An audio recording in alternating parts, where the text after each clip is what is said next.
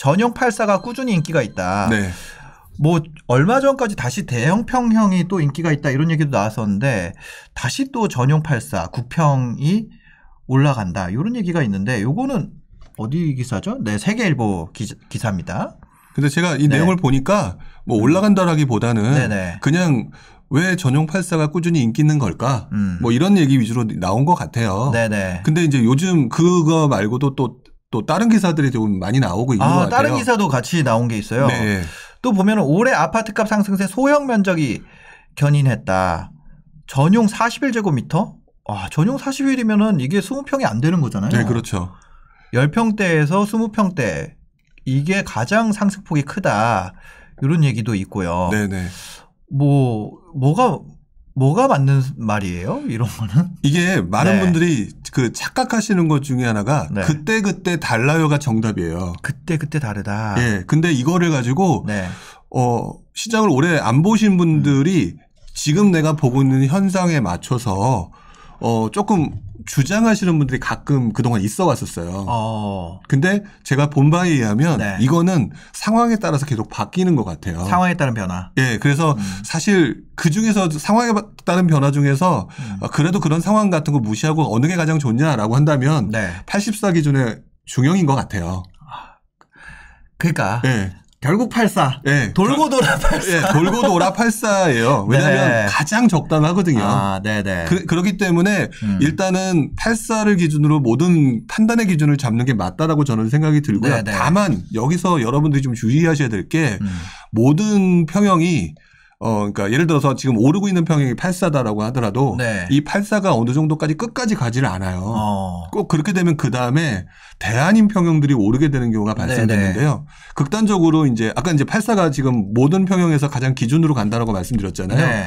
지난장부터 지금까지의 흐름을 쭉 훑어보게 되면 그 변동폭이 되게 파워풀하게 재밌어요. 네. 그러니까 뭐냐면 저희가 제가 이제 처음에 투자를 하던 당시였던 이제 올라가서 이제 2000년대 초반 같은 경우도 사실상 그때 처음에 시작은 84부터 시작을 했어요. 네네. 84부터 그러니까 84 30평대 전용 면적 25.7 뭐 그걸로 해가지고 굉장히 많은 사람이 관심이 많았었는데 네네. 문제는 그렇게 해서 시장에 오르니까 이거 좋네. 실제로 방색에 막 그러면서 덤벼들었다는 거죠. 네, 더더구나 제가 있었을 때 그때 처음 유행했던 게 3베이가 그때 처음 나왔어요. 3베이. 네. 네. 지금은 4베이, 네네, 5베이 그렇죠, 하지만 네. 그때 제 기억으로 2000년대 초반에 3베이가 처음 나오면서 전용 면적 84기이 엄청난 인기였거든요. 네네. 이제 그러다가 정부 규제 나왔고 정부 규제 나오니까 네. 이제 똘똘한 한 채라고 얘기하는 상황이 됐는데 그 똘똘한 한 채라고 하는 부분을 네. 지금은 서울이었지만 그때는 중대형이었거든요.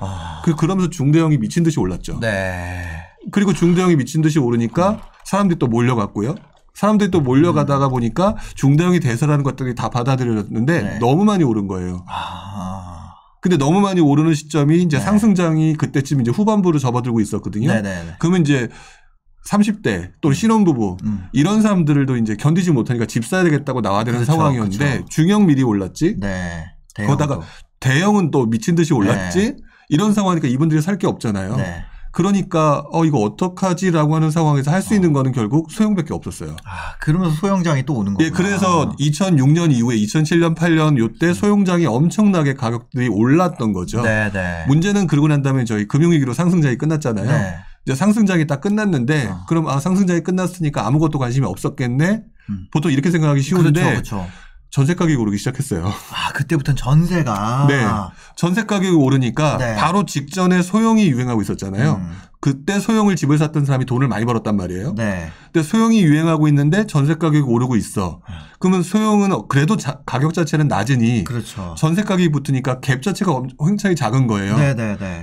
그러다 보니까 다시 갭 투자가 유행하는 장이 오면서 소형이 계속 인기를 얻습니다. 소형이 또 올라가니까 국평이랑 붙으니까 또 갈아타고. 예. 그럼 또 다음 장 오고. 예. 그런 식으로 계속 반복되는데 그래서 지금 현재 네. 우리 재개발 쪽에 계신 분들 중에서 네네. 지금 입주하신 분들 중에 상당수가 네. 그때 소형이 유행할 때 동호수 추첨하고 할 때 자기네들 평형할 때 네. 소형으로 내려가신 분들이 많아요. 그때. 아. 그래서 그때 네 그때 59 하지 말 거라는 지금 후회를 지금 하시는 분들이 되게 많아요. 또 지금은 시장이 바뀌었으니까. 네, 그래서 저는 지금 이 자리에서 혹시 재개발 쪽 가지고 계신 분이 있다면 네네네.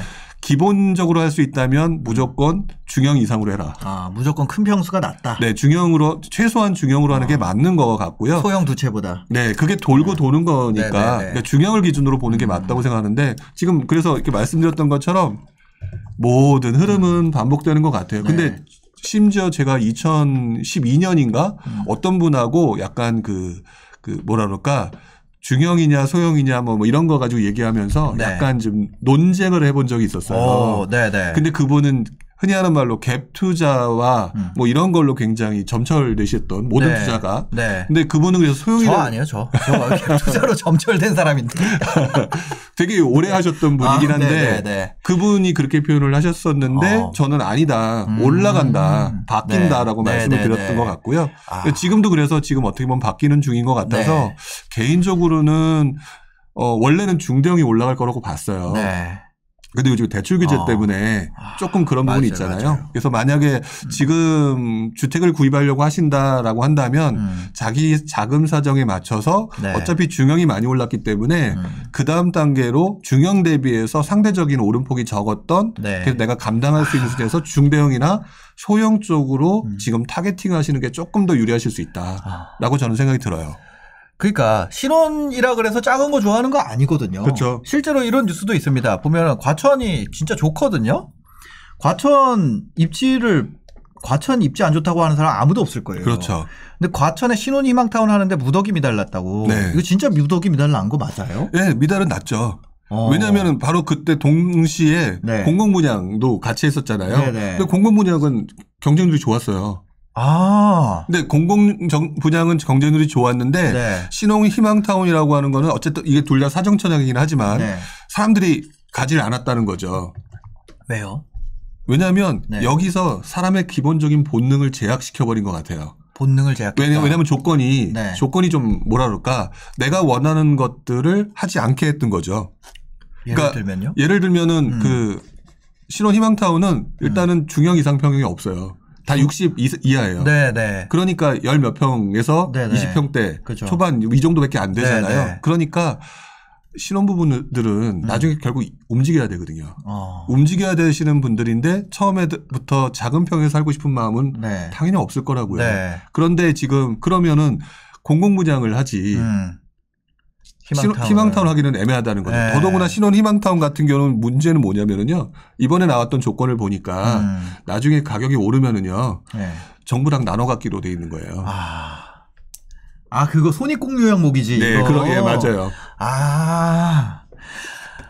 그러면 내가 다 갖고 싶지 그걸 하고 싶지 않은 거라는 거죠. 그러니까 결국 지금 제가 볼 때는 정부가 진짜 되게 잘못 생각한 게 이거 아닐까라고 생각이 드는 게 원하는 거를 약간의 좀 변형을 해서 자신에도 맞게 정부 입장도 좀 생각해서 하면 좋겠는데 정부 입장에서만 맞춰서 그거를 원하는 일반적인 사람들의 심리를 하나도 고려하지 않았던 게요. 재밌는 건 그 다음이에요.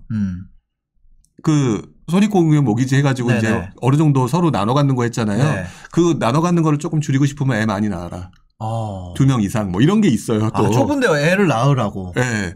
그러면 지금 그러자도 코로나 때문에 지금 우리 아이들한테 주사 맞히는 거 가지고 지금 난리가 난 상황이잖아요. 사실 정부 입장에서 나쁜 건 아니죠.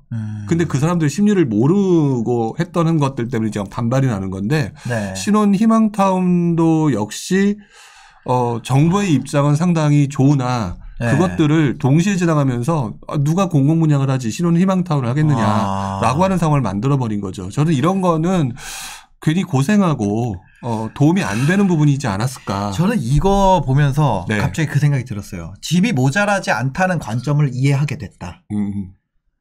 그렇잖아요. 이거 과천에 전용 60이라고 해도 전용 60, 전용 5구라고 하면 24평이잖아요. 과천에 24평 아파트인데 미달이 났는데 무슨 얘기야. 지금 집이 부족하다고? 이런 느낌이잖아요. 그렇죠. 정부 입장에서는. 그리고 이게 하락할 뷰를 갖고 있으니까 하락한다 그러면 손실에 대해서 보전해 주는 대출을 해 주는데 그게 싫다고? 라는 관점인 거죠. 그런 것 같아요. 왜냐면 실제로 미달이 났으니까 집이 부족한 건 아닌 거잖아요. 그러니까 지금 많은 분들이 이런 부분을 오해하시는 경우가 네. 지금 말씀하신 딱 그 부분일 것 같아요. 그러니까 떨어지겠네 또 이쪽으로 흘러가는 거죠. 그러니까. 근데 이런 거거든요. 어릴 때 저희 집이 잘 사는 집이 아니었어요. 네. 그래가지고 저희 집에는 그 월드컵이라는 신발밖에 없었거든요.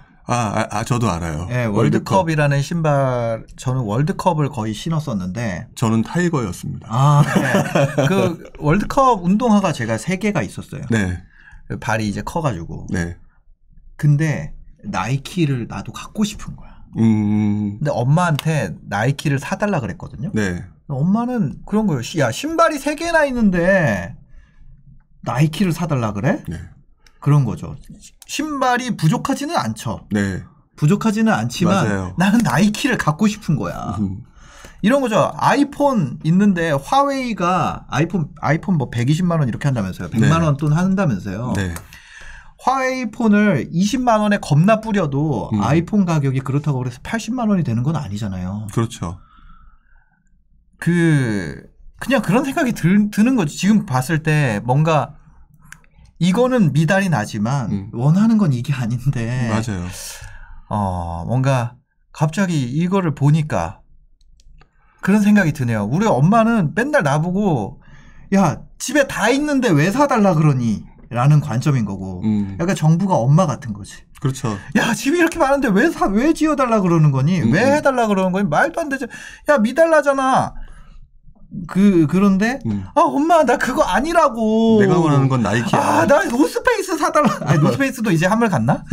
여튼 그런 느낌이 아닌가라는 게 확 와닿네요. 그냥 요 기사를 봤을 때. 예. 그래서 서로 이게 안 맞는 거예요. 시장이랑 그 뷰가 안 맞는 거죠. 정부랑. 네.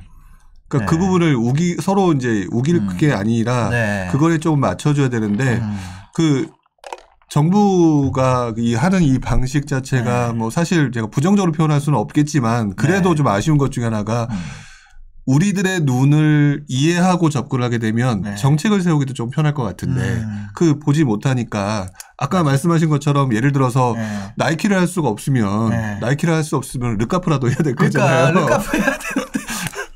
그러니까 르카프라도 좀 해야 된다고 생각하고 조금 물론 나이키보다는 좀 떨어질지 몰라지만 그렇다고 월드컵보다는 좀 높일 수 있는 그런 부분을 조금 해주는 게 좋은 건데 그걸 우리한테 강요를 하거나 강조를 하게 되면 상당히 문제가 높아지는 거고요. 나이키를 좋아하는 사람들은 끝까지 지금도 아이폰 좋아하는 사람들은 절대 안 바꾸잖아요. 나이키 상한제 딱 걸어버리니까 이제 리셀 시장 지금 실제 나이키가 그렇게 돼 있어요. 크림이라고 리셀 어플이 있거든요.